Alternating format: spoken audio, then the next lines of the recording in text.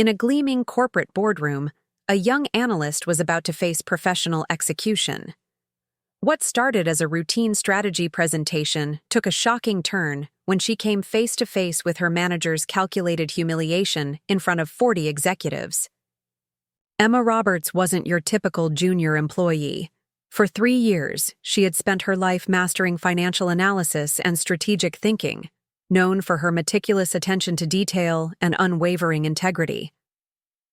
When Victoria Chen unleashed her verbal assault, Emma had no idea she was walking into a transformation that would reshape her entire understanding of corporate power and ultimately lead her to the CEO's chair. Before we jump back in, tell us where you're tuning in from, and if this story touches you, make sure you're subscribed, because tomorrow, I've saved something extra special for you. Emma Richardson's hands trembled almost imperceptibly as she clicked to the final slide of her presentation. The conference room at Meridian Industries buzzed with the quiet energy of 40 colleagues and executives, their faces illuminated by the glow of laptops and the massive projection screen displaying her meticulously crafted cost reduction proposal. This was her moment. 3 months of late nights, weekend research, and careful analysis had led to this quarterly meeting where junior employees rarely got the chance to present to senior leadership. In conclusion, Emma said, her voice steady despite the adrenaline coursing through her veins, implementing these streamlined processes across our supply chain could save Meridian Industries approximately $2-3 million annually while improving delivery times by 15%. She paused, allowing the numbers to sink in. I've run extensive models based on our current vendor relationships and industry benchmarks, and I'm confident these projections are conservative. A few heads nodded around the room. Emma caught the eye of Marcus Chen, the senior vice president of operations, who seemed genuinely engaged. Her heart swelled with hope. This was exactly what she'd dreamed of when she'd graduated from Ohio State with her business degree 2 years ago. The chance to prove that merit and hard work could propel her forward in the corporate world. Thank you for your time and consideration, Emma concluded, clicking off the presentation. I'm happy to answer any questions. The silence that followed felt pregnant with possibility until Victoria Sterling's voice cut through it like a blade. Well, that was certainly ambitious, Victoria said, her tone carrying an undertone that made Emma's stomach clench. Victoria, Emma's direct manager and the director of strategic planning, had been conspicuously silent throughout the presentation. Now she stood slowly, her perfectly manicured fingers drumming against the polished conference table.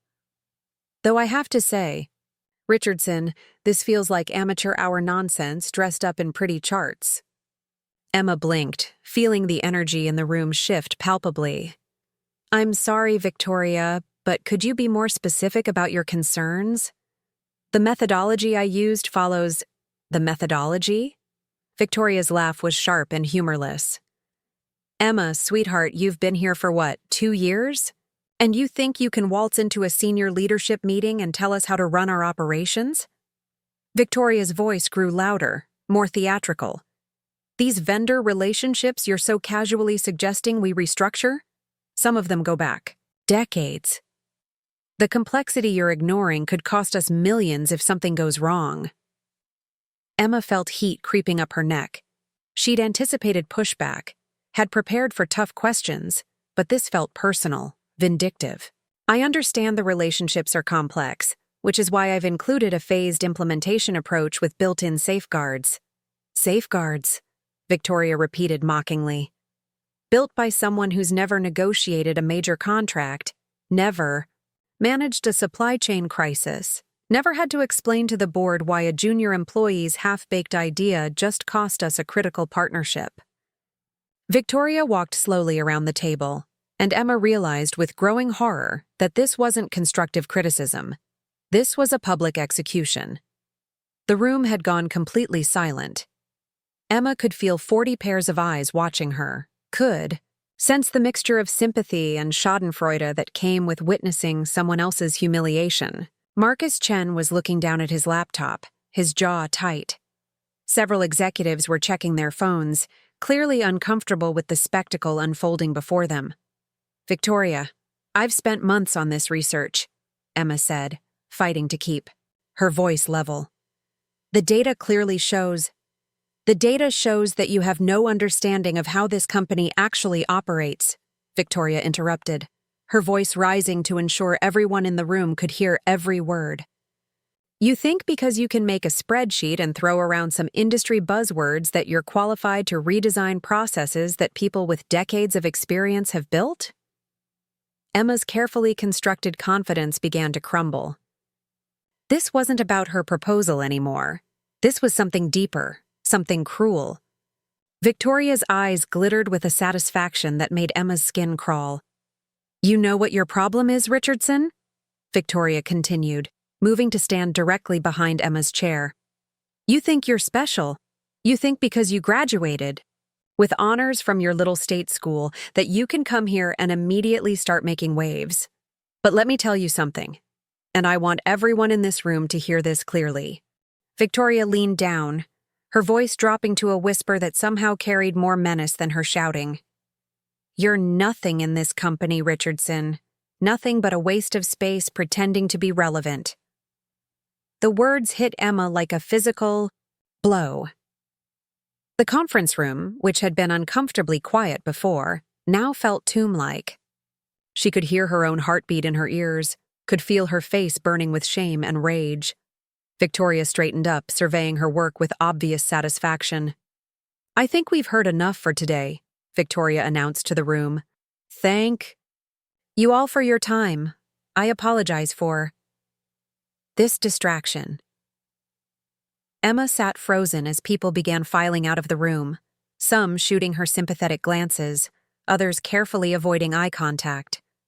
Marcus Chen paused beside her chair for a moment, and Emma thought he might say something, but then he simply shook his head and left.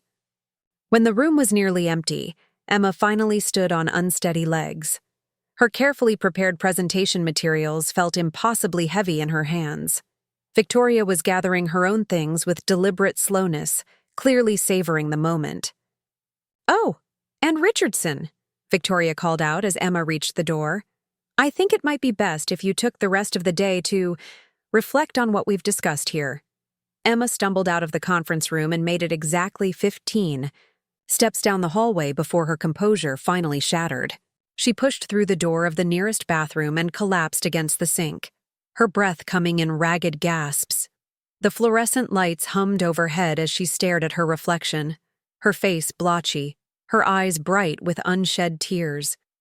3 months of work, 2 years of proving herself, gone in 10 minutes of public humiliation.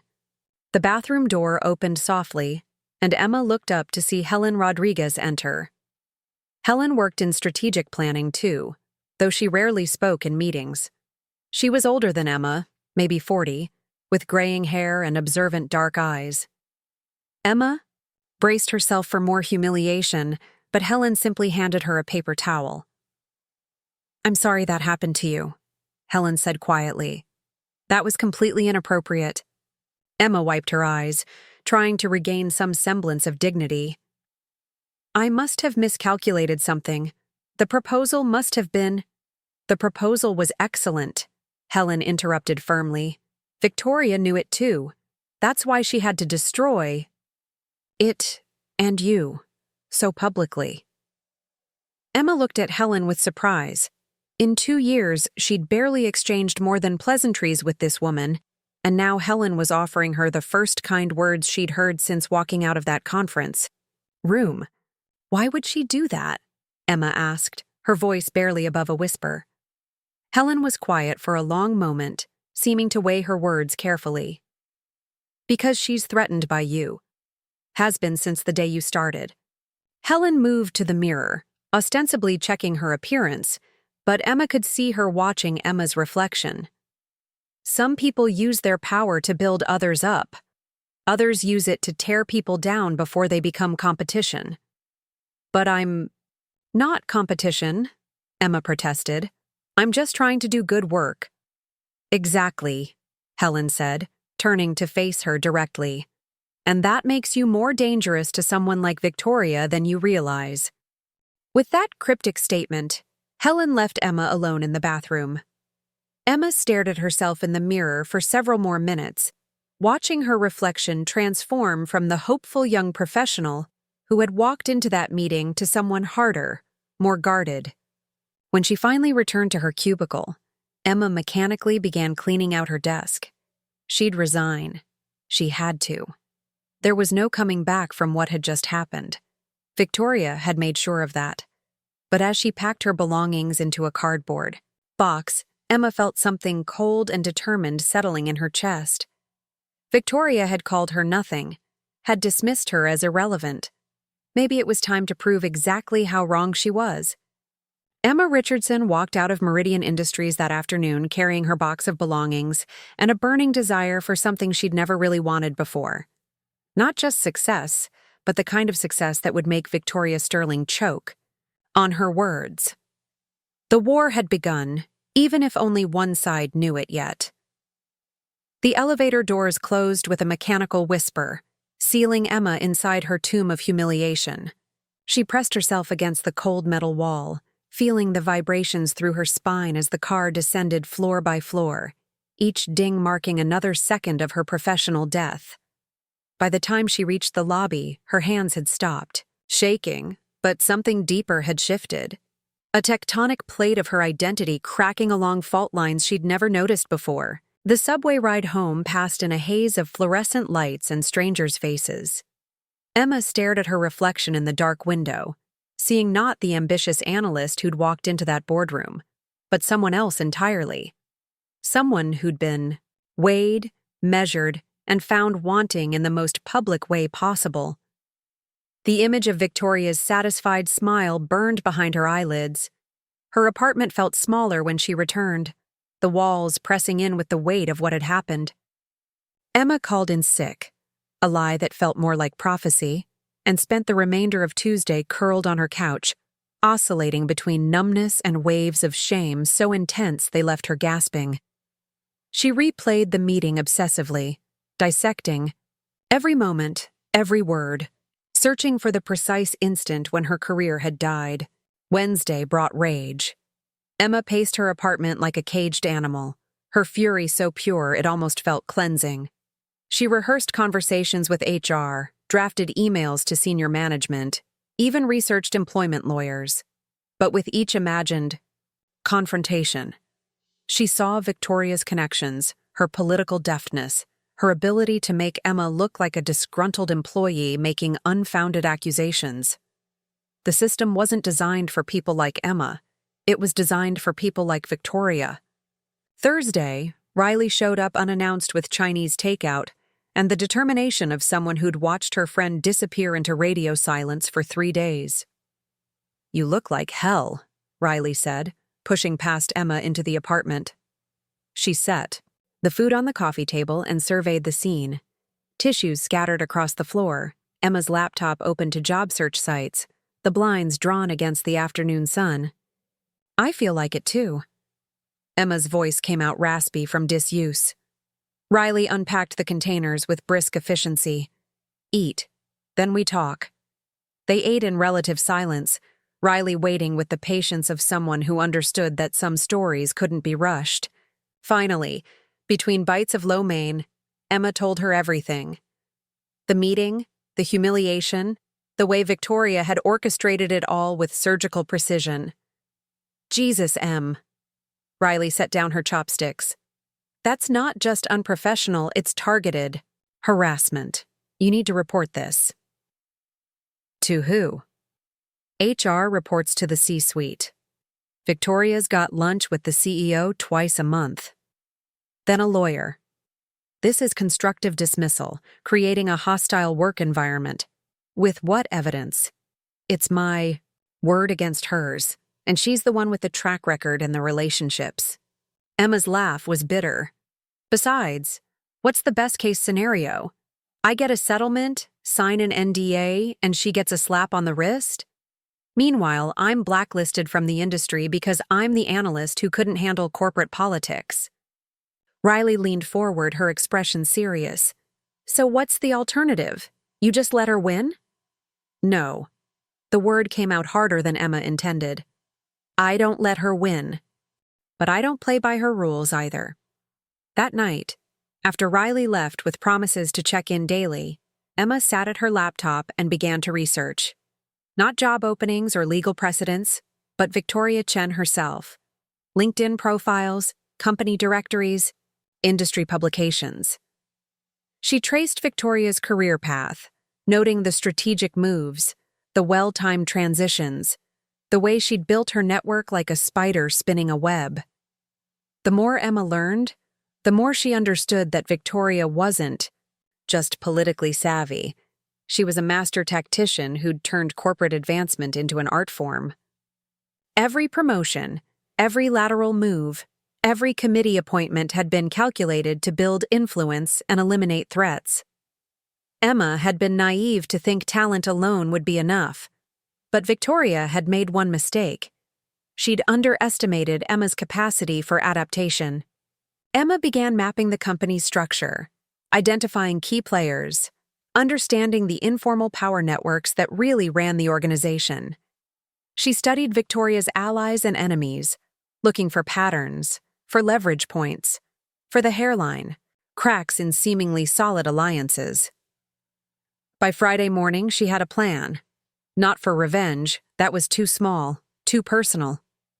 Victoria had shown her that the corporate world was a game, and Emma had been playing it wrong. But games could be learned, strategies could be adapted, and players could evolve. Emma dressed carefully for her return to work on Monday, choosing clothes that projected competence without aggression. She arrived early, before Victoria's usual 8:30 entrance, and spent the morning catching up on emails and projects as if nothing had happened. When colleagues offered awkward sympathy or avoided her entirely, she responded with professional courtesy and an almost eerie calm. At 10:15, Victoria walked past Emma's desk without acknowledgement. Emma looked up from her computer, met Victoria's eyes, and smiled. Not the desperate, pleading smile of someone seeking forgiveness, but something cooler, more knowing. Victoria's step faltered almost imperceptibly before she continued toward her office. Emma turned back to her screen, but she wasn't looking at spreadsheets anymore. She was looking at the future. A future where she understood the rules, where she could play the game with the same ruthless precision that Victoria had used against her. The naive analyst who'd walked into that boardroom was gone, replaced by someone harder, smarter, more dangerous. The transformation had begun, and there would be no going back. Emma's first strategic move came disguised as professional development. She enrolled in a weekend seminar on executive communication and influence, not because she believed in corporate buzzwords, but because she needed to understand the language Victoria spoke fluently. The facilitator, a former Fortune 500 executive named Marcus Webb, had the polished demeanor of someone who'd climbed every rung of the corporate ladder. During the lunch break, Emma approached him with calculated vulnerability. "I'm struggling with a situation at work," she began, carefully crafting her story. She painted herself as an eager analyst seeking guidance on navigating office politics, omitting the specifics of her humiliation, but capturing the essence of her challenge. Marcus studied her with shrewd eyes. "You're thinking like an individual contributor," he said finally. "In corporate environments, success isn't about being right, it's about being aligned.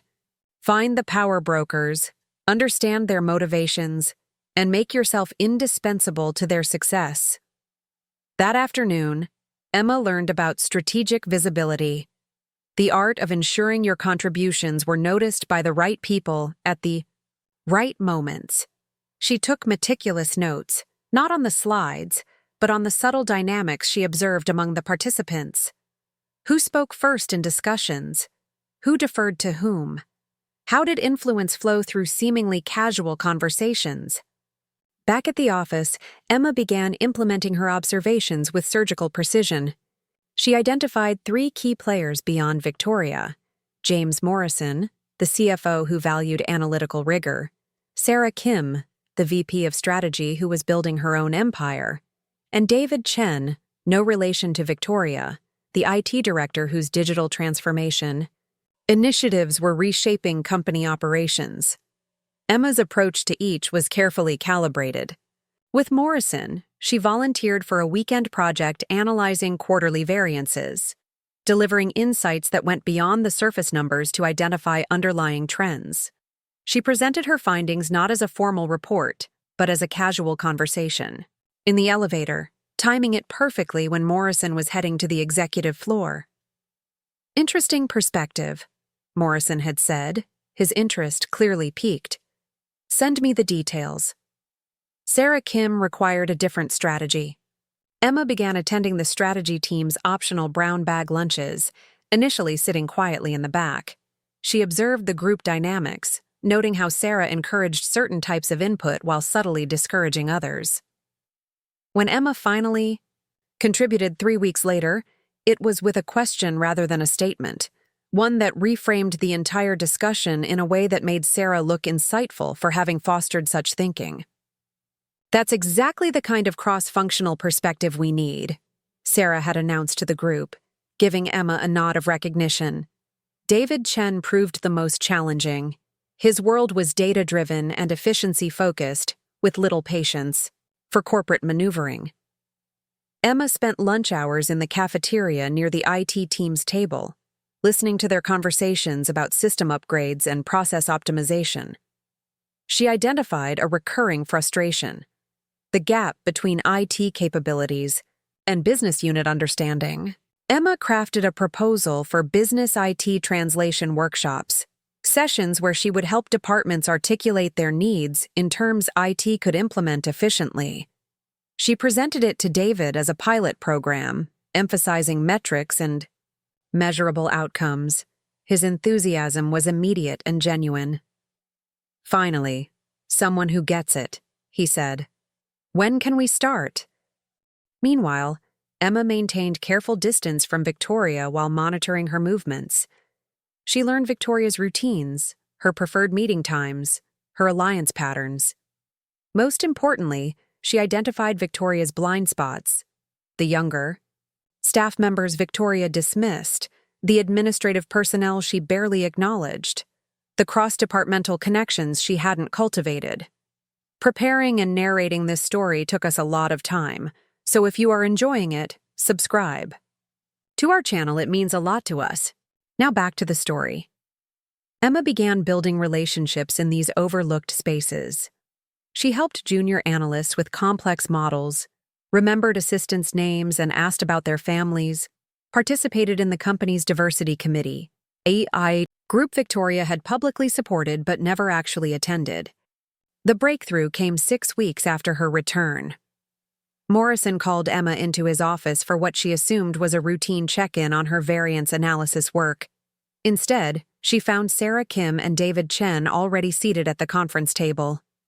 "We've been discussing the Q4 strategy presentation," Morrison began. "Sarah's team needs analytical support. David's pushing for better data integration, and frankly, we need someone who can bridge these perspectives."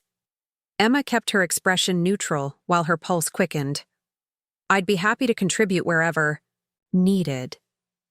"We're thinking bigger than contribution," Sarah interjected. "We want you to co-lead the presentation.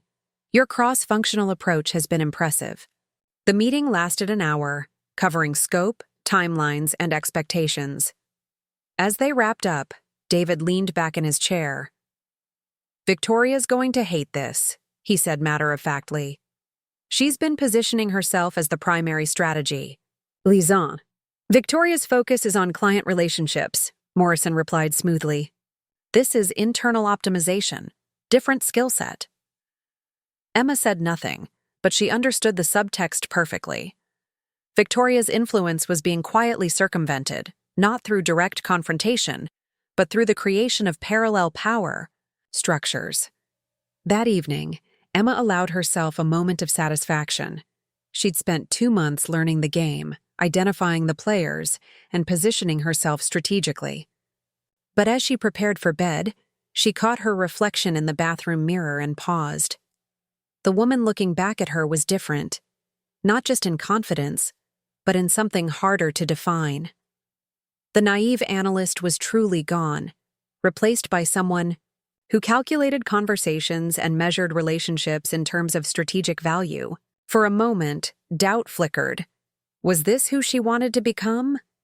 But then she remembered Victoria's smile, the public humiliation, the way the system had failed her when she'd played by the rules. Emma turned off the light. The game had begun, in earnest, and she was no longer playing to survive. She was playing to win. The Q4 strategy presentation became Emma's laboratory for corporate warfare. She threw herself into the project with an intensity that surprised even her new allies, but her motivations went beyond professional excellence. Every data point, every slide, every recommendation was carefully crafted, not just to impress the WAR executive team, but to demonstrate capabilities that Victoria had dismissed as irrelevant. Victoria's reaction was swift and predictable. Within days of the project announcement, she began what Emma recognized as a classic undermining campaign. Casual comments about Emma's limited experience with strategic initiatives. Questions about whether someone so new to the company could truly understand the complexities of their market position. Suggestions that perhaps a more seasoned analyst should mentor the project. But Emma had learned to play the game differently. Instead of defending herself directly, she let her work speak while simultaneously documenting Victoria's interference. When Victoria questioned her market analysis in front of Morrison, Emma responded by inviting Victoria to contribute her insights to strengthen the presentation.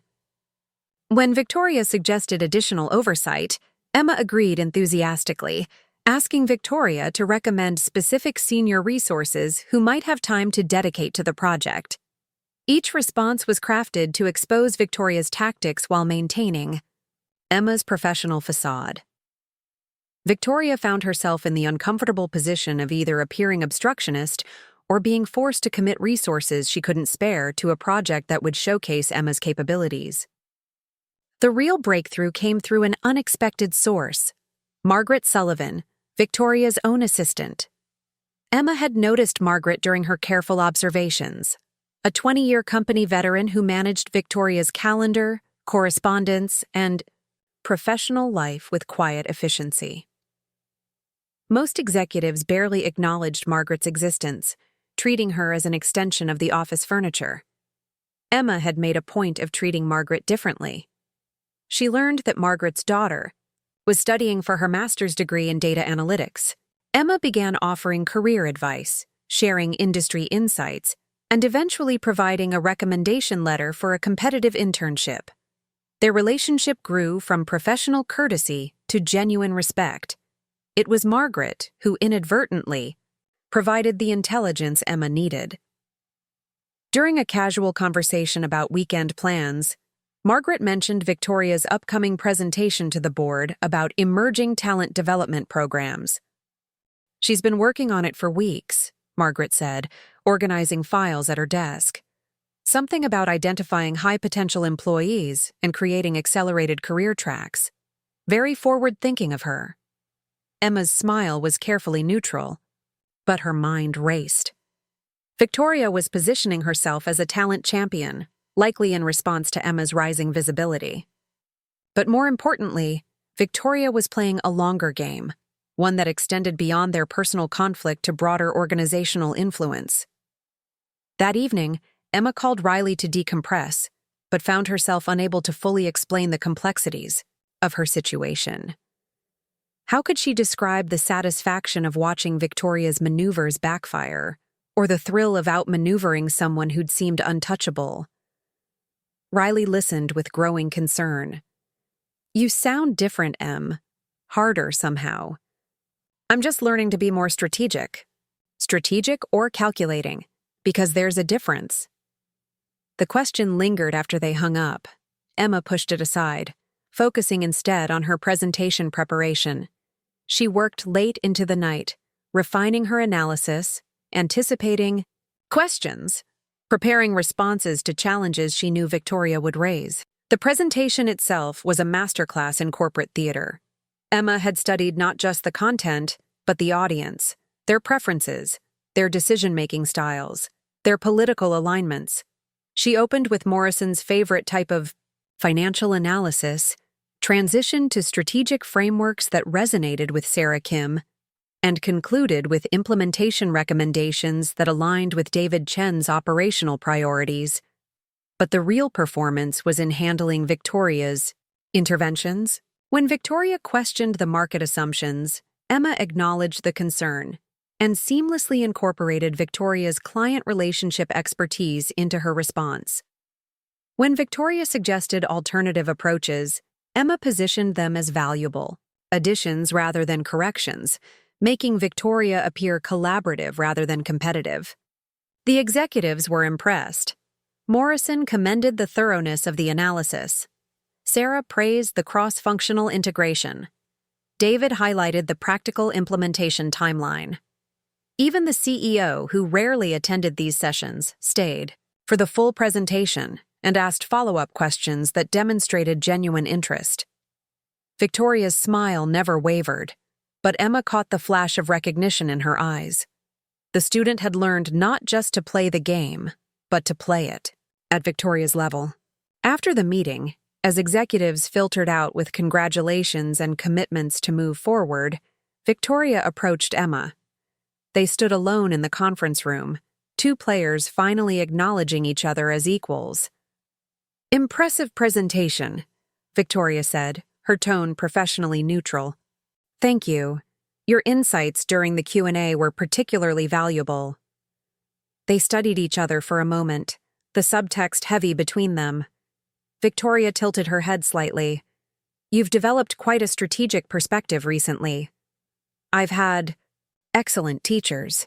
Victoria's laugh was soft, almost admiring.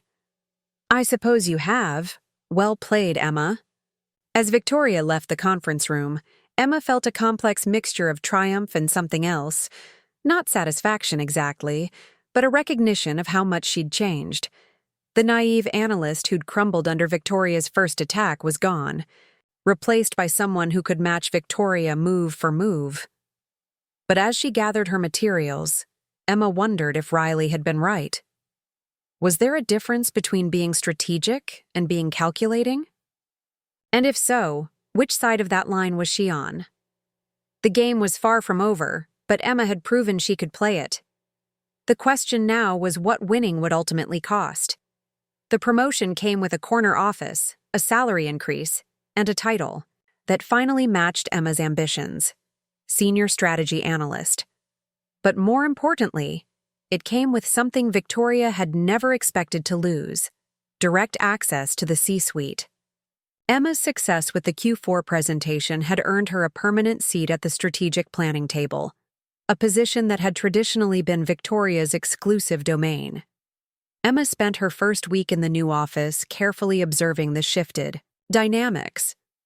Victoria maintained her polished exterior, but there were subtle signs of strain. Longer hours, more frequent closed-door meetings, and an edge to her interactions that hadn't been there before. The corporate ecosystem was adjusting to accommodate two apex predators, and the tension was palpable. The real test came during the annual budget planning cycle. Emma found herself assigned to analyze departmental requests for strategic initiatives, a role that gave her unprecedented insight into every division's priorities and vulnerabilities. She approached the task with the same methodical precision she'd learned to apply to everything. But this time, she wasn't just analyzing numbers, she was mapping power. Marketing wanted to expand their digital presence, but lacked technical expertise. Operations was pushing for automation investments that would eliminate dozens of positions. Sales was requesting territory restructuring that would favor certain regions over others. Each request revealed not just business needs, but political, maneuvering, alliance building, and the quiet warfare of corporate resource allocation. Emma's recommendations were surgical in their precision.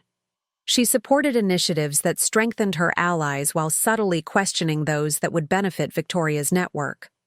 When the IT department requested additional staff for system integration, Emma's analysis highlighted the strategic value of improved data flow, a conclusion that supported David Chen's expansion plans. When marketing proposed a campaign targeting Victoria's key client sectors, Emma's review raised questions about market saturation and suggested alternative approaches that would reduce marketing's influence over client relationships. Victoria noticed. During one budget review meeting, she challenged Emma's methodology with laser-focused precision. "These risk assessments seem overly conservative for the marketing initiatives," Victoria said, her tone professionally neutral, but her eyes sharp. "Are we perhaps allowing analytical caution to override growth opportunities?" Emma had prepared for this moment. "I appreciate that perspective, Victoria. My analysis actually supports aggressive growth, but in areas where we have sustainable, competitive advantages rather than markets where we'd be fighting established players." She clicked to her next slide, revealing data that supported her position while subtly undermining Victoria's client-centric strategy. The room was quiet, as the executives absorbed the implications. Morrison nodded slowly. "Strategic focus makes sense in this economic environment." Victoria's smile remained perfectly calibrated, but Emma caught the flash of something colder beneath it. The gloves were coming off. The escalation began with small things. Emma's meeting invitations occasionally failed to reach her. Key documents were shared with incomplete distribution lists. Stakeholder feedback was filtered through additional layers before reaching her. Victoria's network began to coalesce around subtle resistance to Emma's influence. But Emma had learned to anticipate these moves. She built redundant information channels, maintained direct relationships with key decision-makers, and began documenting patterns of interference. More importantly, she started playing a longer game. The opportunity came through an unexpected source, the company's quarterly all-hands meeting. Emma had been asked to present the strategic planning results, but she recognized the moment as something more significant. This wasn't just a presentation. It was a public declaration of her position in the company's hierarchy. She prepared meticulously, but not just for the content. Emma studied recordings of previous all-hands meetings, analyzing not just what was said, but how speakers positioned themselves, how they commanded attention, how they projected authority. She practiced her delivery until every gesture was calculated, every pause deliberate. The presentation itself was flawless. Emma demonstrated how the new strategic initiatives would drive growth while optimizing efficiency. She acknowledged the contributions of every department while positioning herself as the architect of the integrated vision. Most importantly, she did it all with a confidence that commanded respect from the 300-plus employees in attendance. During the Q&A, Victoria asked a question designed to highlight potential risks in Emma's approach. Emma's response was masterful. She acknowledged the concern, demonstrated how she'd already considered and mitigated those risks, and then expanded on additional opportunities her analysis had revealed. The exchange made Victoria appear reactive, while Emma seemed proactive and comprehensive.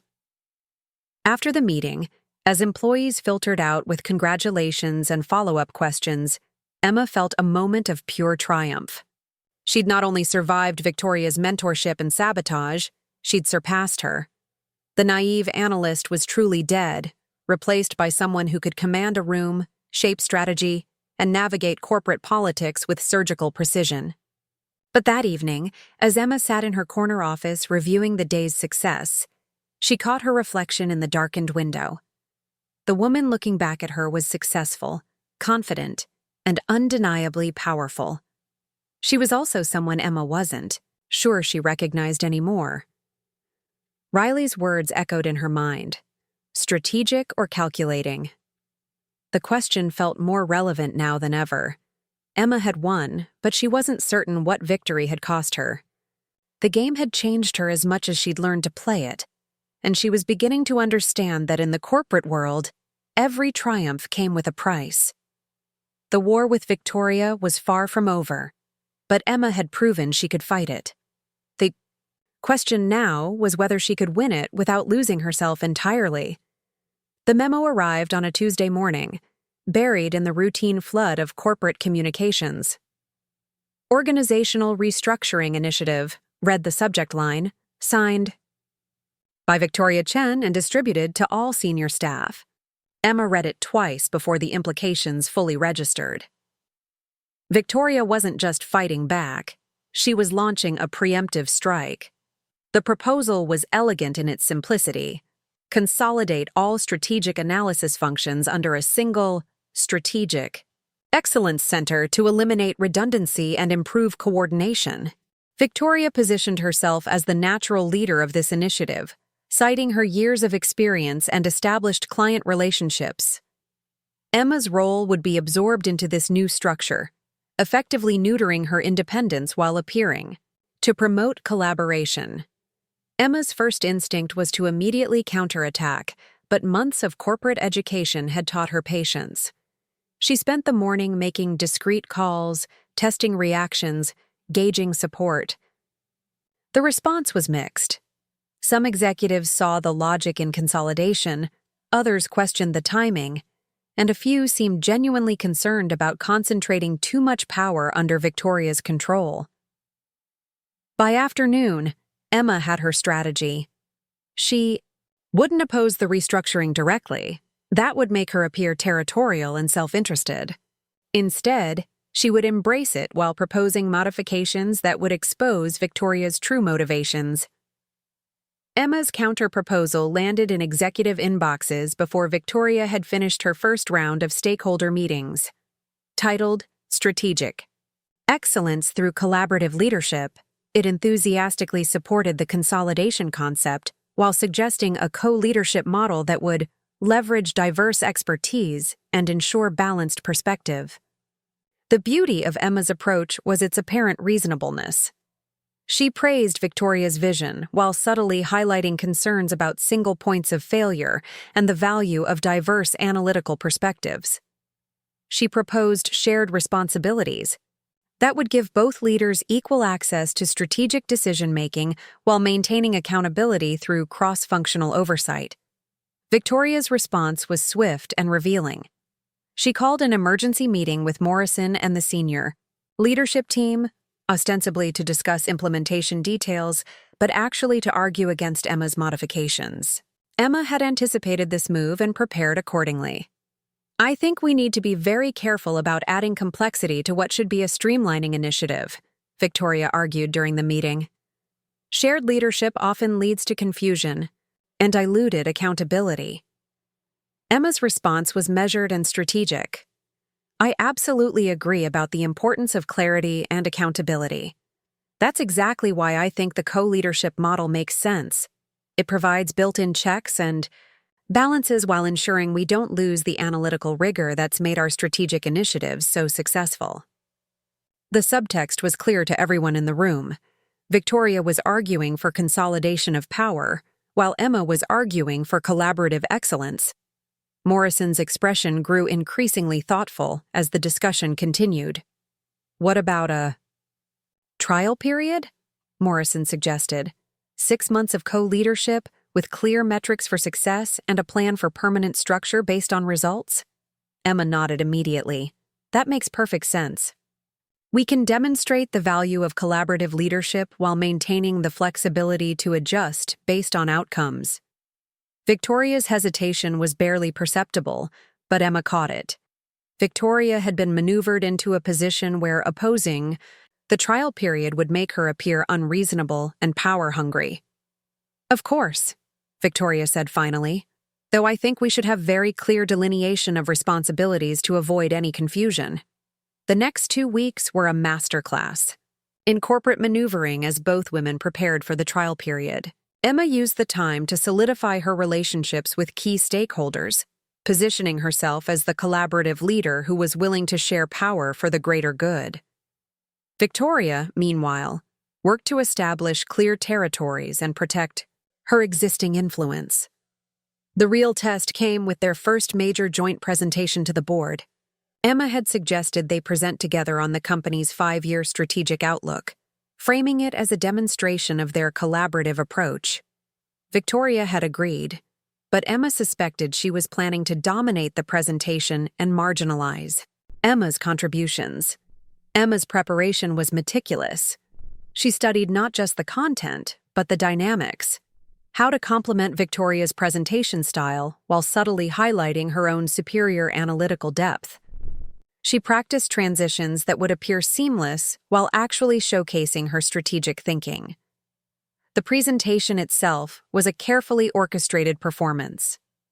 Victoria opened with her trademark confidence, outlining market trends and competitive positioning with the polish of someone who'd done this hundreds of times. But when she transitioned to Emma for the analytical deep dive, something shifted in the room's energy. Emma's section wasn't just thorough, it was revelatory. She presented data that reframed Victoria's market analysis, revealing opportunities and risks that hadn't been apparent in the surface-level overview. Her recommendations were specific, actionable, and clearly superior to the conventional wisdom Victoria had presented. The board's questions revealed the impact.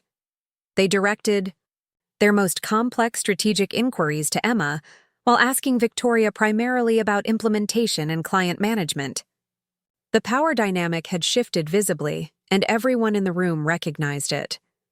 After the presentation, as board members filed out with congratulations and follow-up requests, Victoria approached Emma. For the first time since their conflict began, Victoria's professional mask slipped slightly. "You've learned well," Victoria said quietly. "Perhaps too well." Emma met her gaze steadily. "I had an excellent teacher. Though I think I've graduated now." Victoria's smile was thin but genuine. "Yes, I think you have. The question is what you'll do with your education." As Victoria walked away, Emma felt the full weight of her transformation. She'd not only survived Victoria's attempt to eliminate her, she'd turned the situation into a platform for her own advancement. The naive analyst was dead, replaced by someone who could outmaneuver even the most skilled corporate politician. But as Emma gathered her materials, she wondered if Victoria's final question had been a warning. In learning to play the game so well, what had she become? And more importantly, what would she do next? The announcement came 3 months after. The trial period ended, delivered with the clinical precision of corporate communications. Victoria Chen has accepted a position as Chief Strategy Officer at Meridian Consulting, effective immediately. We wish her continued success in her new role. Emma read the email twice, searching for subtext that wasn't there. Victoria was gone, and with her departure, Emma stood alone at the apex of the company's strategic hierarchy. The corner office, that had once been Victoria's, was offered to Emma within the week. She stood in the empty space, studying the view that Victoria had commanded for over 5 years, the city stretching endlessly beyond floor-to-ceiling windows, a testament to power and position. The furniture was different, the personal touches removed, but the authority remained embedded in the walls themselves. Emma's ascension was swift and methodical. The Strategic Excellence Center became hers to reshape, the co-leadership experiment quietly abandoned in favor of unified command. Morrison announced her promotion to Vice President of Strategic Planning with the same matter-of-fact tone he'd used to announce Victoria's departure. The corporate machine had absorbed the transition seamlessly, as if the months of warfare had been nothing more than a natural succession process. But Emma's victory felt different than she'd imagined during those sleepless nights of planning and preparation. The triumph was real. She commanded respect, influenced decisions, and shaped the company's future with every analysis and recommendation. Yet something nagged at her, a hollowness that grew more pronounced with each passing success. The realization came during a routine strategy meeting. Emma was presenting quarterly projections to the executive team, the same room where Victoria had once humiliated her. As she spoke, she noticed how the other attendees responded, the careful attention, the deferential questions, the subtle signs of people managing up rather than collaborating as equals. They treated her exactly as they had once treated Victoria. After the meeting, David Chen lingered as others filed out. "Impressive analysis as always," he said, but there was something in his tone that made Emma pause. Thank you, though you sound like there's a but coming. David smiled ruefully. Not a but, exactly. More of an observation. You've become very good at this. That was the point. Was it? David's question was gentle but pointed. Because I remember when you first started attending our meetings. You asked questions that made us think differently, challenged assumptions we'd taken for granted. Lately, your presentations are flawless, but they feel predictable. That evening, Emma called Riley for the first time in weeks. Their friendship had grown strained as Emma's transformation accelerated, conversations becoming stilted and superficial as the gulf between their worlds widened. You got what you wanted, Riley said after Emma described her promotion. There was no congratulation in her voice, only a sadness that cut deeper than anger would have. I did. So why don't I feel like celebrating? Maybe because you're not sure who you is anymore. The comment hung between them, heavy with years of friendship and growing distance. Emma wanted to argue, to defend the choices she'd made and the person she'd become. Instead, she found herself asking, "Do you think I've changed too much?" Riley's pause was answer enough. I think you became everything you needed to become to survive in that world. But I'm not sure surviving and living are the same thing. The next morning brought a familiar ritual, the stack of strategic analyses, budget reviews, and competitive assessments that now flowed across Emma's desk. But as she worked through them, David's words echoed in her mind. When had her thinking become so conventional? When had she stopped challenging assumptions and started reinforcing them? The answer came with uncomfortable clarity. When challenging assumptions became politically risky, when being right mattered less than being aligned, when she'd learned to play the game so well that the game had started playing her. Emma's first major decision as VP came 2 weeks later. The company was considering an acquisition that would expand their market presence but eliminate redundant positions. The financial analysis was straightforward. The acquisition would boost short-term profits and long-term market position. Every metric supported the decision. But Emma found herself thinking about the 200 employees who would lose their jobs, the families whose lives would be disrupted, the communities that would lose economic stability. The old Emma would have raised these concerns, pushing for creative alternatives or restructuring that minimized human cost.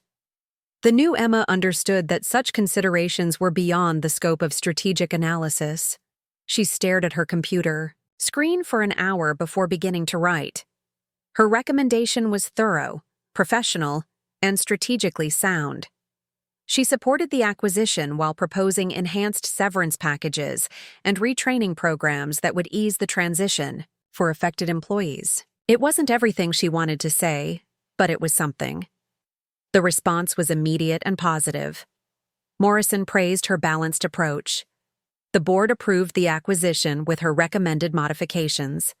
The announcement highlighted the company's commitment to responsible growth and employee welfare. Emma should have felt satisfied. Instead, she felt like she was watching someone else's life unfold, successful, influential, respected, and somehow fundamentally hollow. That night, she stood in Victoria's former office, now hers, looking out at the city lights. She had won everything she'd set out to achieve. She commanded the strategic direction of a major corporation, earned respect from peers and superiors alike, and wielded influence that would have seemed impossible to the naive analyst who'd walked into that first boardroom.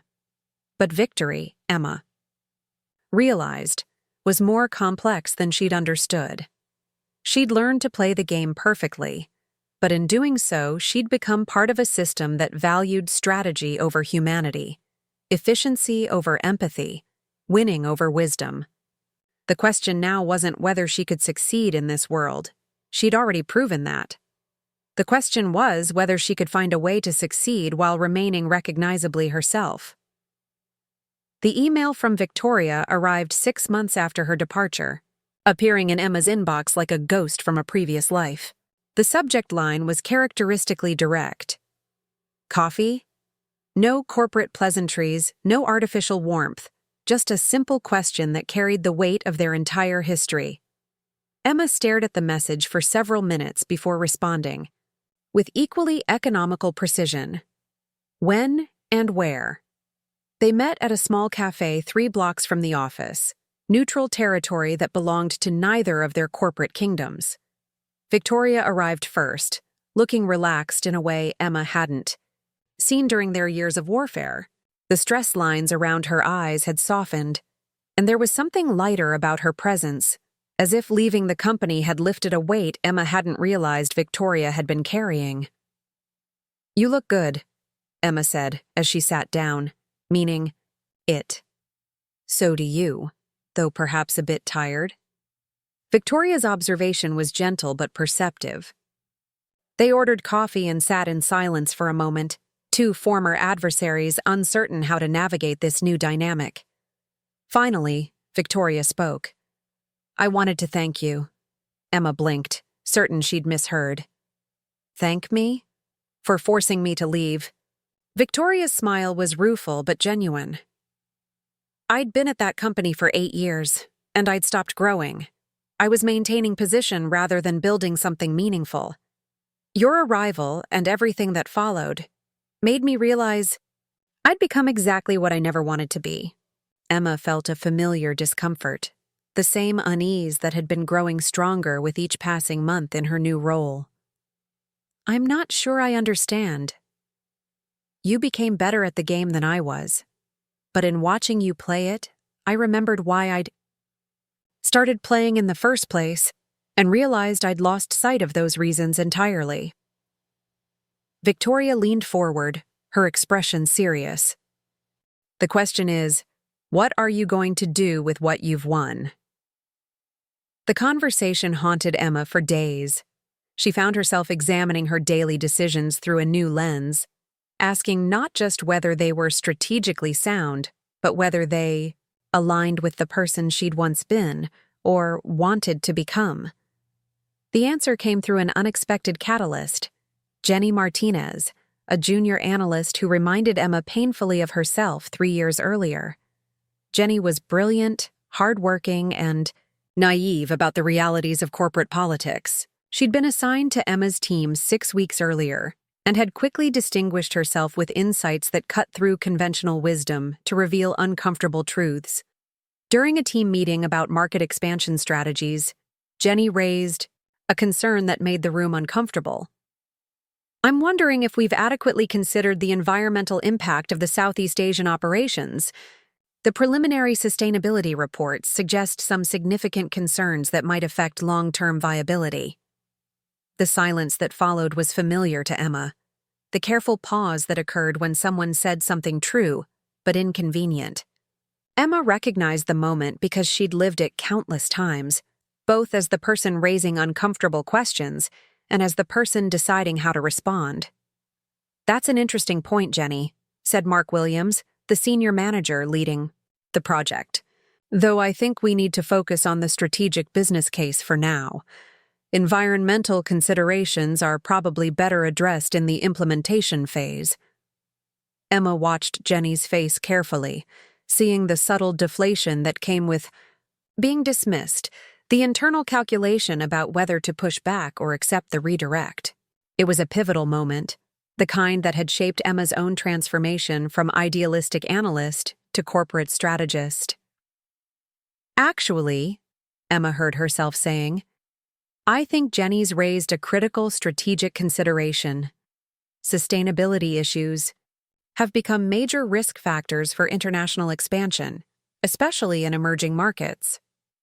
We should incorporate environmental impact assessment into our core analysis." The room's energy shifted, and Emma realized she'd just done something she hadn't done in months.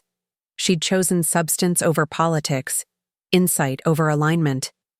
It felt both terrifying and exhilarating. After the meeting, Jenny approached Emma's office with the careful deference of a junior employee addressing a VP. "Thank you for supporting the environmental angle. I wasn't sure if I should have brought it up."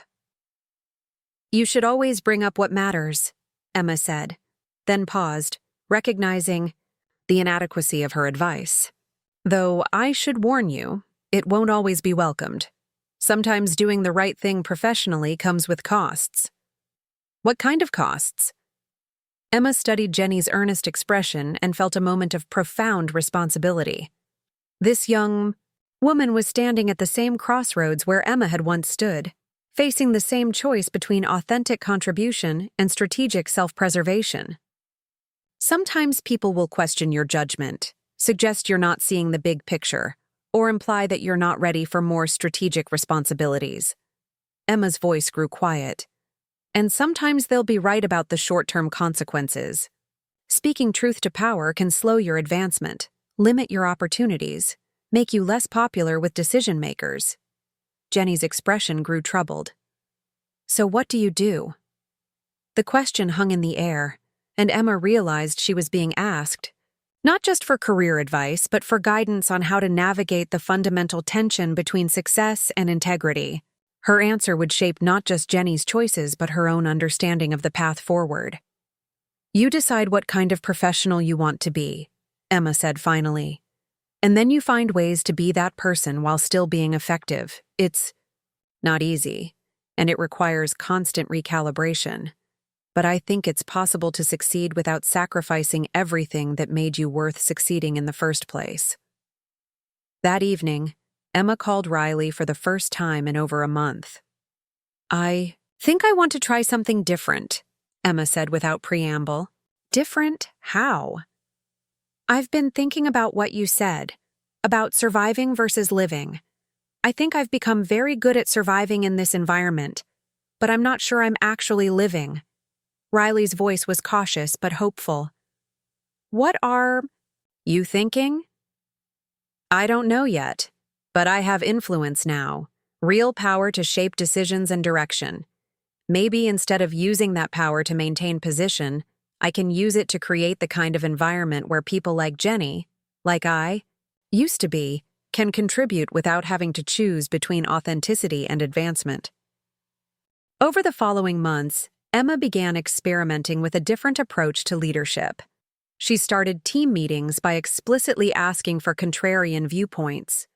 She established devil's advocate roles in strategic planning sessions. She created safe spaces for junior staff to raise concerns without career risk. The changes were subtle but meaningful.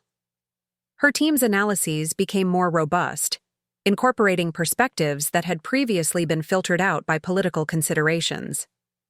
Their recommendations grew more innovative, challenging conventional wisdom instead of reinforcing it. Not everyone appreciated the shift. Some colleagues found Emma's new approach inefficient, too focused on consensus building and stakeholder concerns. A few questioned whether she was losing her strategic edge, becoming too soft for the demands of executive leadership. But Emma discovered something unexpected. Her influence actually grew. The CEO began requesting her input on issues beyond her formal portfolio. Board members sought her perspective on complex strategic challenges. Her reputation evolved from that of a skilled political operator to a trusted strategic thinker who could navigate complexity while maintaining ethical clarity. The true test came 8 months later when the company faced a major crisis. A key supplier was discovered to be using child labor in their overseas operations, creating both a legal liability and a public relations nightmare. The traditional response would have been damage control, quick termination of the supplier relationship, public statements about zero tolerance, and legal strategies to minimize exposure. Emma proposed a different approach. Instead of simply cutting ties, she recommended that the company work with labor rights organizations to address the underlying systemic issues, invest in alternative supply chains that prioritized worker welfare, and use the crisis as an opportunity to establish industry-leading labor standards. The proposal was expensive, complex, and risky. It would have been easier to follow the conventional playbook. But Emma had learned to measure success differently, not just by quarterly results, but by the long-term sustainability of both business and values. The CEO approved her recommendation, and the crisis became a transformation. The company's response earned industry recognition strengthened their brand reputation, and established new standards that competitors were forced to follow. Standing in her office 6 months later, Emma reflected on the journey that had brought her here. She'd started as a naive analyst who believed that good work would speak for itself. She'd transformed into a calculating strategist who understood that success required political sophistication and strategic thinking. Now she was something different, a leader who had learned to navigate corporate complexities while maintaining authentic purpose.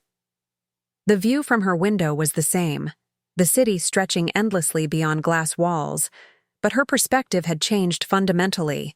She no longer saw the corporate world as a game to be won, but as a system to be improved, one decision at a time. Her phone buzzed with a text from Jenny Martinez, now promoted to senior analyst. "Thank you for showing me it's possible to do both." Emma smiled, understanding finally what Victoria had meant about finding purpose beyond position. She had climbed to the top of the corporate hierarchy. But more importantly, she had learned to use that elevation to lift others up rather than simply to survey her conquered territory. The transformation was complete, but this time it was a transformation toward something rather than away from it, toward the kind of leader she could respect, the kind of success she could embrace, the kind of victory that felt like winning. 2 years after her conversation with Victoria, Emma stood before the company's annual leadership summit, addressing an audience of executives, managers, and high-potential employees from across the organization. The theme of her keynote was strategic leadership in an era of complexity. But as she looked out at the faces before her, some eager, some skeptical, some quietly calculating their own advancement opportunities, she knew she was really talking about something far more fundamental. 3 years ago, Emma began, I was a junior analyst who believed that good work would speak for itself. I thought success was simply a matter of being right, being thorough, and being dedicated. I was wrong. Not about the importance of those qualities, but about their sufficiency in complex organizational environments. She paused, seeing recognition in some faces, particularly among the younger attendees. These were the people she was really speaking to, the analysts and associates who were where she had once been, standing at the crossroads between authentic contribution and strategic self-preservation. What I learned, sometimes painfully, is that being right isn't enough. Understanding the politics isn't optional. Building relationships isn't just networking. It's how work actually gets done. But here's what took me longer to understand. Mastering these skills doesn't require abandoning your values. In fact, the most sustainable leadership integrates strategic thinking with authentic purpose. In the audience, Jenny Martinez smiled from her seat in the third row. Now a manager. Herself, she'd become one of Emma's most trusted lieutenants, someone who embodied the balance Emma was describing.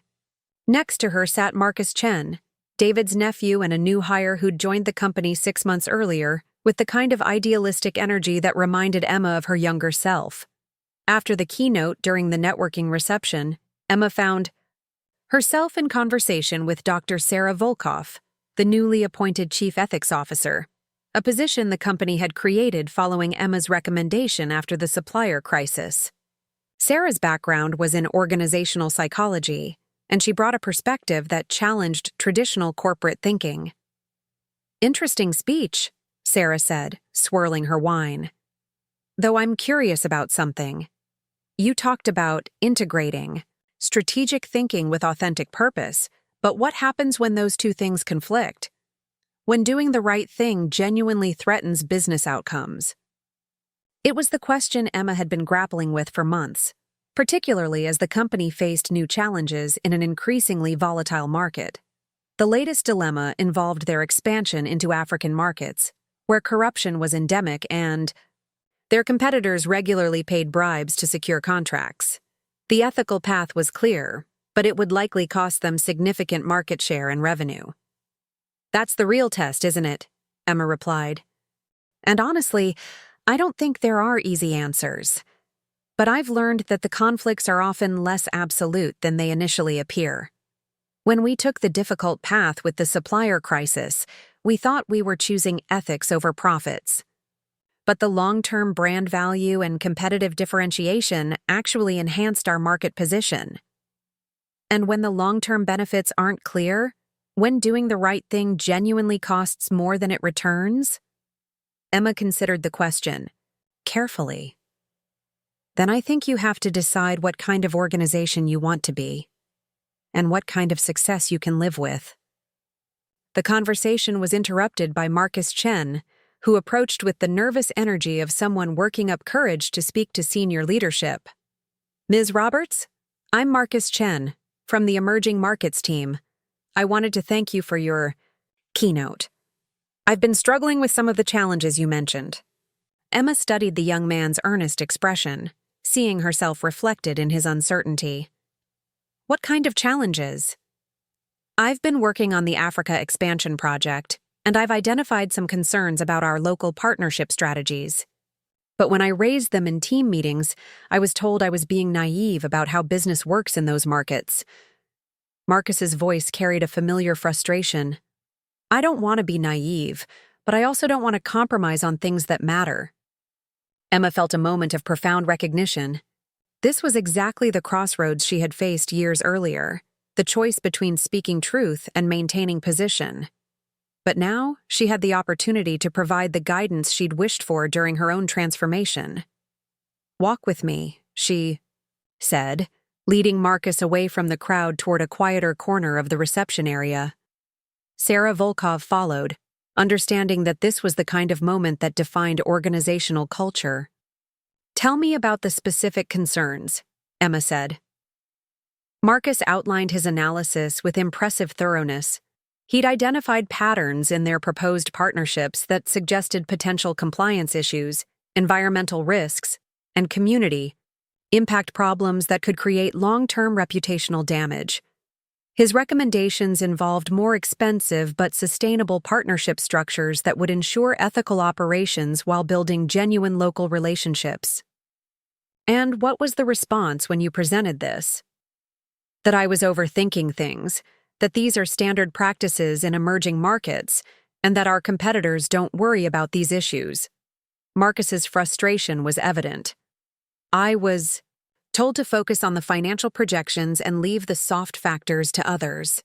Emma exchanged a glance with Sarah, both recognizing the familiar pattern of ethical concerns being dismissed as operational complications. Here's what I wish someone had told me when I was in your position, Emma said. You're right to raise these concerns, and you're right to be persistent about them. But you need to frame them strategically, not just ethically. She spent the next 20 minutes coaching Marcus on how to reframe his analysis, focusing on risk mitigation, competitive advantage, and long-term value creation. The ethical arguments remained the same, but the presentation would demonstrate how moral leadership aligned with business success. And if they still dismiss the concerns, then you escalate thoughtfully. Find allies who share your perspective, build coalition support, and if necessary, bring the issues to people like me who have the authority to override short-term thinking. Emma's voice grew serious. But understand that this path requires courage and persistence. It's not always easy or immediately rewarded. Sarah Volkov nodded approvingly. What Emma's describing is institutional change through individual integrity. It's how organizations evolve beyond purely transactional thinking. After Marcus left, energized by the conversation and armed with new strategies, Sarah turned to Emma with a thoughtful expression. You know, watching that interaction, I realized something interesting. You've become the kind of leader you needed when you were starting out. Emma felt the truth of that observation settle into her consciousness. I suppose I have, though it's taken me a while to understand what that really means. Which is, that leadership isn't just about achieving your own success. It's about creating conditions where others can succeed authentically. It's about building systems that reward the right behaviors, not just the expedient ones. The reception was winding down, but Emma found herself reluctant to leave. These conversations, with Sarah about ethical complexity, with Marcus about navigating integrity, felt more meaningful than the strategic planning sessions and board presentations that filled most of her schedule. Her reflection was interrupted by a familiar voice. Quite the transformation. Emma turned to find Morrison approaching, holding 2 glasses of wine. He handed her one and gestured toward the dispersing crowd. When I first promoted you, I thought I was recognizing analytical talent and strategic thinking. I didn't realize I was investing in the kind of leadership this company would need to navigate the challenges ahead. I'm not sure I understood it either at the time. Morrison studied her with the calculating gaze of someone who'd spent decades evaluating talent and potential. The Africa expansion project, Marcus Chen's concerns. I assume you'll be providing input on our final decision. Emma nodded, understanding that this was both a question and a test. Morrison was asking whether she would use her influence to support ethical decision-making, even when it complicated business objectives. I will. And I think Marcus has identified some genuine risks that we need to address. The question is whether we address them proactively through ethical partnerships or reactively through crisis management. Even if the ethical approach costs us short-term opportunities? Especially then, because that's when our values matter most, when they're tested by real consequences. Morrison smiled, and Emma realized she'd passed whatever evaluation he'd been conducting. Good. Because the board has been discussing succession planning, and your name has come up frequently in those conversations. The implication was clear, and Emma felt a familiar surge of ambition. But this time it was different, not the desperate hunger for advancement that had once driven her, but a purposeful desire to expand her ability to create positive change. I'm honored by their confidence, and I hope I can continue to earn it by building the kind of organization we can all be proud of. As the evening ended and people began to depart, Emma found herself thinking about the journey that had brought her to this moment. She'd started as a naive analyst who believed in meritocracy. She'd transformed into a calculating strategist who understood power dynamics. Now she was becoming something else entirely. A leader who could navigate complexity while maintaining integrity, who could achieve success while lifting others up. The corporate world hadn't changed. It was still competitive, political, and often ruthless. But Emma had learned to change her relationship with that world, to work within its constraints while pushing its boundaries, to succeed on her own terms rather than simply accepting the terms that had been set for her. Standing in the empty conference room, looking out at the city lights that had witnessed her entire transformation, Emma understood that her ascent was complete.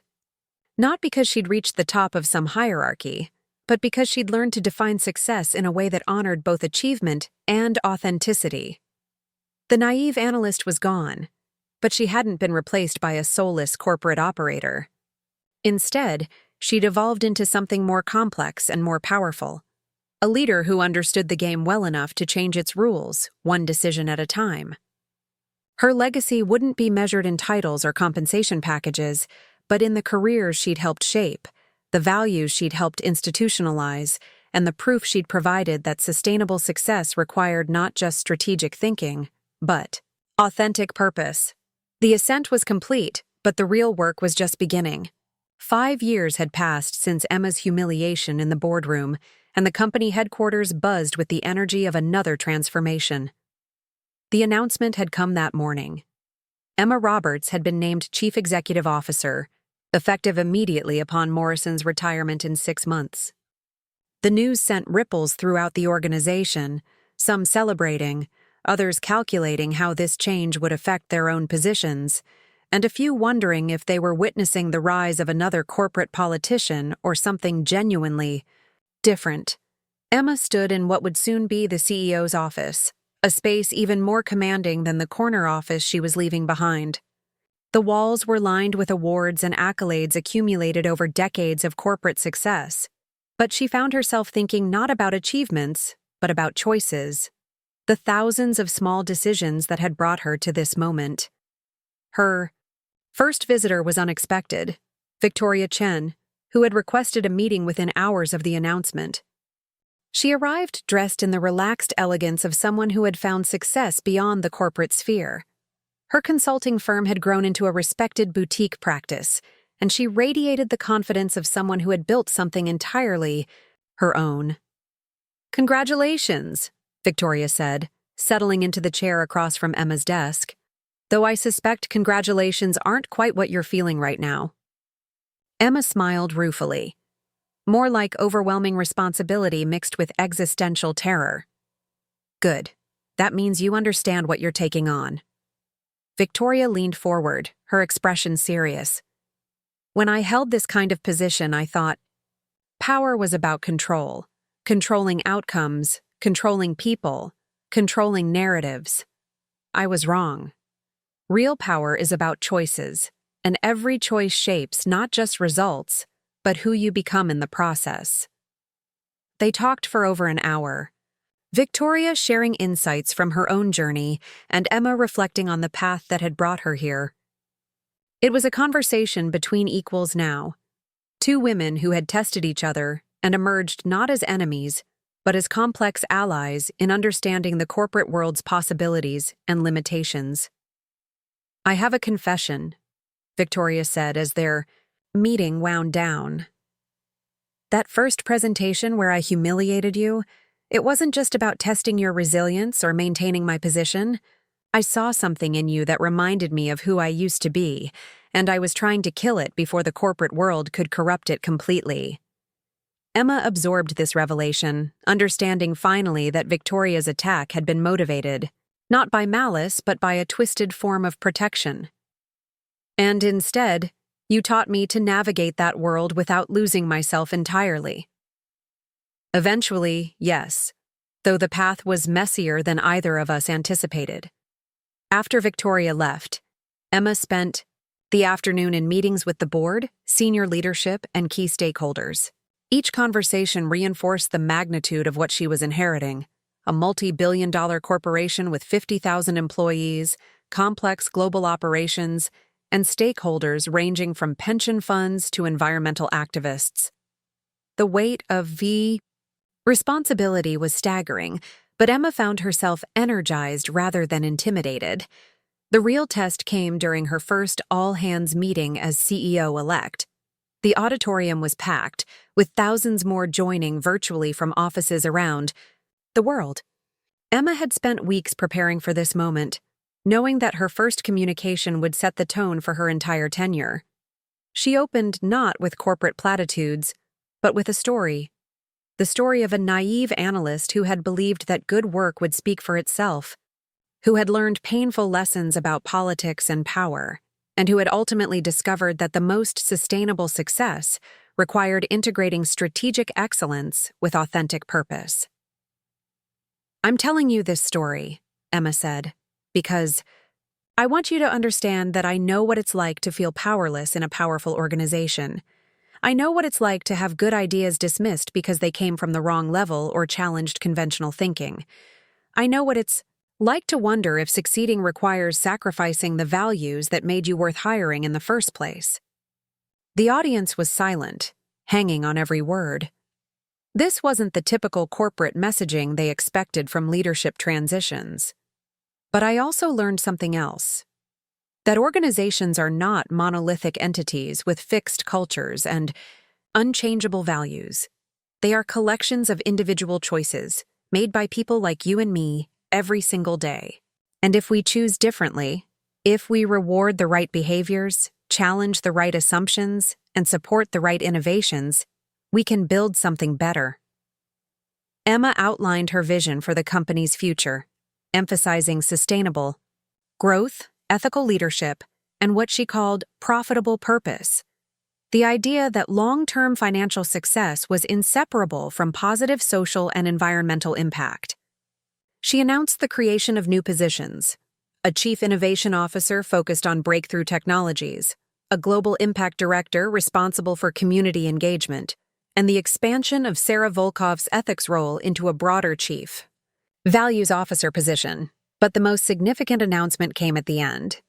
We're also launching what I'm calling the Authentic Leadership Program, a comprehensive initiative to identify, develop, and promote leaders who combine strategic excellence with genuine integrity. This isn't about corporate social responsibility or public relations. This is about building a leadership pipeline of people who can navigate complexity without compromising their core values. The response was immediate and polarized. Some employees embraced the vision enthusiastically, seeing it as validation of their own desire to contribute meaningfully. Others were skeptical, wondering if this was just sophisticated corporate messaging designed to improve the company's image while maintaining business as usual. A few senior leaders were openly concerned that Emma's approach might compromise competitive advantage in favor of idealistic principles. The skepticism came to a head 3 weeks later during a heated strategy session about the African expansion project. Marcus Chen had been promoted to lead the initiative, and his ethical partnership approach had been approved despite its higher costs and longer timeline. However, early market research suggested that competitors using more traditional approaches were gaining significant advantage. "We're going to lose market share to companies that don't share our scruples," argued Patricia Walsh, the VP of International Operations. "At some point, idealism becomes a luxury we can't afford." The room fell silent as all eyes turned to Emma. This was the moment everyone had been waiting for, the first real test of whether her values-based leadership would survive contact with harsh business realities. Emma took a deep breath, feeling the weight of the decision and its implications. "Patricia raises a valid concern, and I want to address it directly. Yes, we will probably lose some short-term market share. Yes, our approach is more expensive and more complex. And yes, some of our competitors will gain temporary advantages by cutting corners we won't cut." She paused, looking around the room, at faces that ranged from supportive to skeptical to openly challenging. "But here's what I've learned. Sustainable competitive advantage doesn't come from racing to the bottom. It comes from building something that others can't easily replicate. Our ethical partnerships aren't just about doing the right thing, they're about building local trust, community support, and regulatory goodwill that will protect our investments when political winds shift." Emma pulled up a presentation she'd been preparing, showing case studies from other companies that had faced similar choices. Companies that compromised on ethics in emerging markets typically faced one of 3 outcomes: corruption scandals that destroyed their reputations, regulatory crackdowns that eliminated their market access, or community backlash that made operations impossible. The short-term gains were almost always erased by long-term costs. She continued her analysis, demonstrating how ethical market entry strategies, while initially more expensive, created sustainable competitive moats that protected against both local competitors and international rivals. The data was compelling, but Emma knew that data alone wouldn't be enough. "More fundamentally," she said, "we have to decide what kind of company we want to be. Do we want to be the kind of organization that succeeds by being slightly less corrupt than our competitors? Or do we want to build something we can be genuinely proud of, something that attracts the best talent, earns customer loyalty, and creates value that extends beyond our shareholders?" The discussion that followed was intense, but productive. By the end of the session, even Patricia Walsh had acknowledged the strategic logic of Emma's approach, though she remained concerned about execution challenges. After the meeting, Emma found herself walking through the company's main floor, observing the daily rhythm of corporate life. She passed cubicles where analysts worked late into the evening, conference rooms where teams debated strategic decisions, and common areas where employees grabbed coffee and shared insights across departmental boundaries. Near the elevator bank, she encountered a group of recent hires, young professionals who reminded her powerfully of her younger self. They were discussing the all-hands meeting and the new leadership direction with the kind of earnest enthusiasm that corporate cynics would dismiss as naive but that Emma recognized as precious. "Do you think she means it?" one of them was asking. The stuff about authentic leadership and not compromising values? I don't know, replied another. But it's the first time I've heard a CEO talk about things that actually matter to me. Usually it's just growth targets and market share. Emma paused, pretending to check her phone while listening to their conversation. These young professionals were the future of the organization, and their ability to maintain their idealism while developing strategic sophistication would determine whether her vision could become reality. I think she means it, said a third voice, and Emma was surprised to recognize Jenny Martinez, now a senior manager but still young enough to relate to the new hires. I've worked with Emma for 3 years, and she's never asked anyone to do something she wouldn't do herself. She says we can succeed without compromising our values, I believe her. Emma smiled and continued toward the elevator, feeling a profound sense of responsibility for justifying Jenny's faith and nurturing the idealism she'd observed in the young employees. The real test of her leadership philosophy came 6 months later, during her first annual shareholder meeting as CEO. The company had delivered solid financial results, but not the explosive growth that some investors expected. The African expansion was proceeding according to ethical guidelines but slower than projected. Several activist investors had prepared challenging questions about whether Emma's values-based approach was constraining profitability. The meeting began routinely, with presentations on financial performance, market position, and strategic initiatives. But during the Q&A session, the challenges began. Ms. Roberts, said Harold Blackstone, representing a major institutional investor, while we appreciate the company's commitment to ethical practices, we're concerned about the opportunity costs.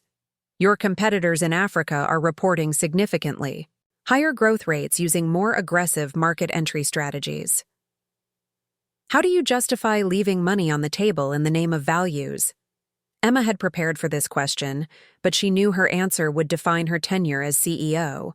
The room was silent, analysts and investors waiting to see whether she would cave to financial pressure or stand by her principles. Mr. Blackstone, I understand your concern, and I want to address it with the same directness you've shown. You're right that we could probably show higher short-term growth by adopting more aggressive practices. We could pay bribes, ignore environmental regulations, exploit local communities, and extract maximum value with minimal investment. The bluntness of her response surprised the room.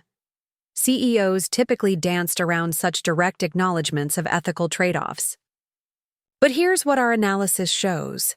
Companies that pursue those strategies in emerging markets face average value destruction of 40% within 5 years due to regulatory backlash, reputation damage, and operational disruptions.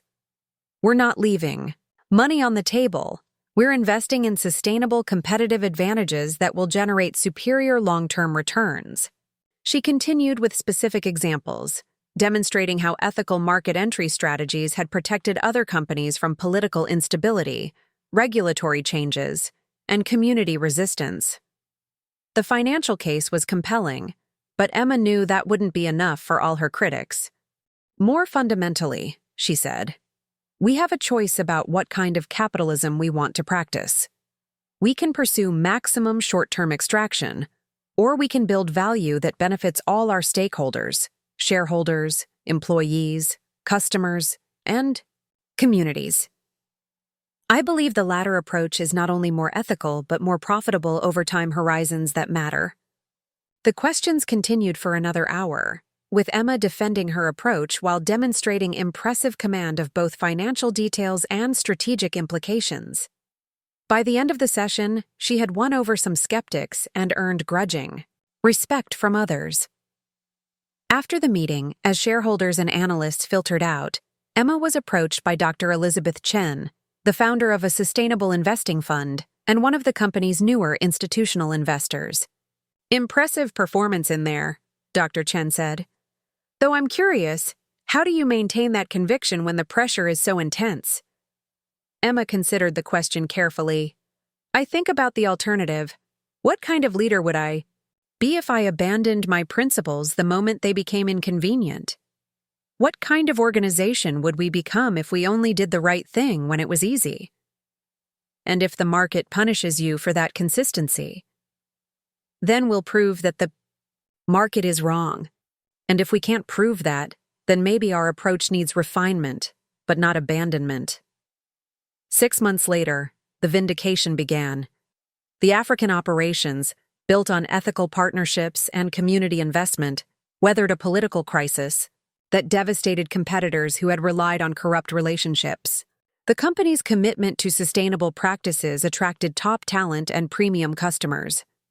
Financial performance accelerated as the long-term investments began generating returns. But for Emma, the real measure of success came in smaller moments. Marcus Chen presenting innovative solutions that competitors couldn't replicate because they lacked community trust. Jenny Martinez leading cross-functional teams that operated with unusual transparency and collaboration. New hires who chose the company specifically because of its values-based leadership approach. Standing in her CEO office one evening, 5 years after her journey began, Emma reflected on the transformation, not just her own, but the organization's. The company had become something genuinely different, profitable and purposeful, strategic and ethical, successful and sustainable. Her phone buzzed with a text from Riley, now a successful nonprofit director. Saw the quarterly results, proud of you for proving it's possible. Emma smiled, understanding that her success was measured not just in financial metrics, but in the proof she'd provided that authentic leadership was not only possible, but profitable. The naive analyst who had believed good work would speak for itself had been right about the importance of integrity. She'd just been wrong about its sufficiency. The calculating strategist who had learned to navigate corporate politics had been right about the importance of sophistication. She'd just been wrong about its cost. The leader she'd become had integrated both lessons, proving that sustainable success required not choosing between values and effectiveness, but finding ways to make them mutually reinforcing. The corporate ascent was complete, but Emma understood, now that reaching the top had never been the real goal. The goal had been to climb high enough to change the view, not just for herself, but for everyone who would follow. The circle was completed, but the work of building better organizations, better leaders, and better outcomes would continue. As she turned off the lights and prepared to leave, Emma caught her reflection in the darkened window one final time. The woman looking back at her was confident, successful, and powerful. But more importantly, she was someone Emma could respect. Someone who had learned to win without losing herself, to succeed without sacrificing others, and to lead in a way that lifted everyone up. The ascent was over. The legacy had begun. Up next, you've got 2 more standout stories right on your screen. If this one hit the mark, you won't want to pass these up. Just click and check them out. And don't forget to subscribe and turn on the notification bell so you don't miss any upload from us.